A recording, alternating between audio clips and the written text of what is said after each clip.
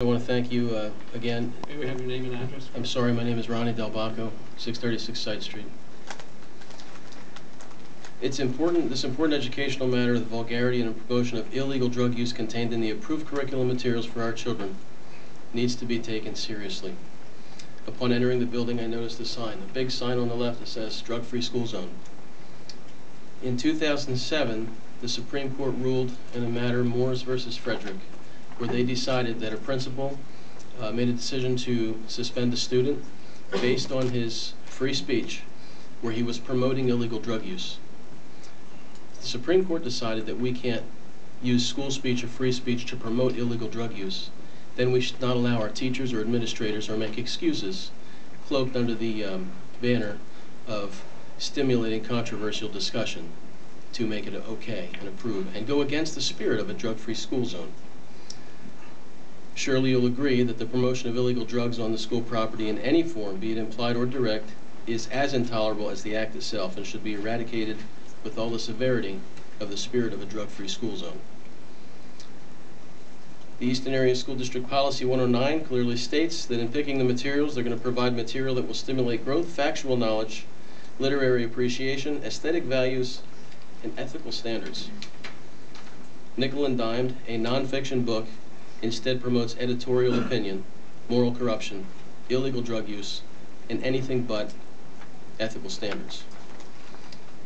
The Policy 109 also states that it's going to place principle above personal opinion, reason above prejudice in the selection of materials of the highest quality to assure an appropriate, comprehensive collection.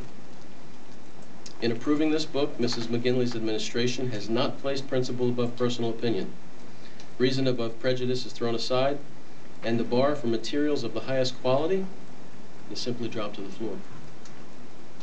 So based on the indifferent standards and rules set in place by the Policy 109, and your duty as elected board members to make sure that the administration selects the highest quality materials through the process described in the policy as weeding, not book burning. That's when you select one book over another. It doesn't mean you're burning one book, it means you're selecting a better book. So the idea that this is book burning doesn't fly. Your own policy calls it weeding, so I'll refer to your policy.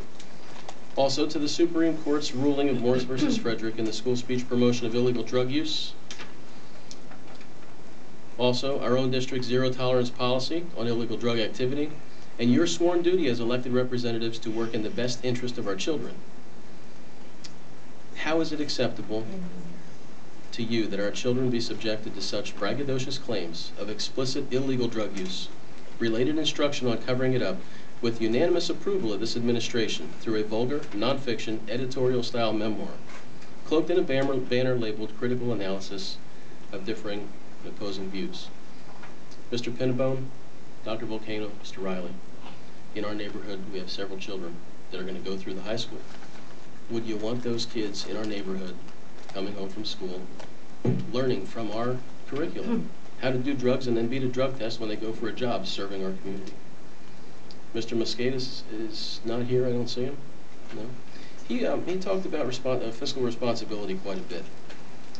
So is the purchase of this book for our curriculum really the best way to use our money when there are other books that could serve the same purpose without the vulgarity? Tonight I'm asking someone on this board, elected and sworn to protect the best interests of our children, to please make a motion to override Mrs. McGinley's decision and replace this book with the traditional time-tested work of real literature that actually meets the requirements set forth by the Policy 109. Or at least make the requirements set forth by Policy 109, or at least make a motion to have it placed on the agenda for a vote at next month's meeting before the budget talks become an excuse to delay this important matter any further. Thank you for your time. Thank you.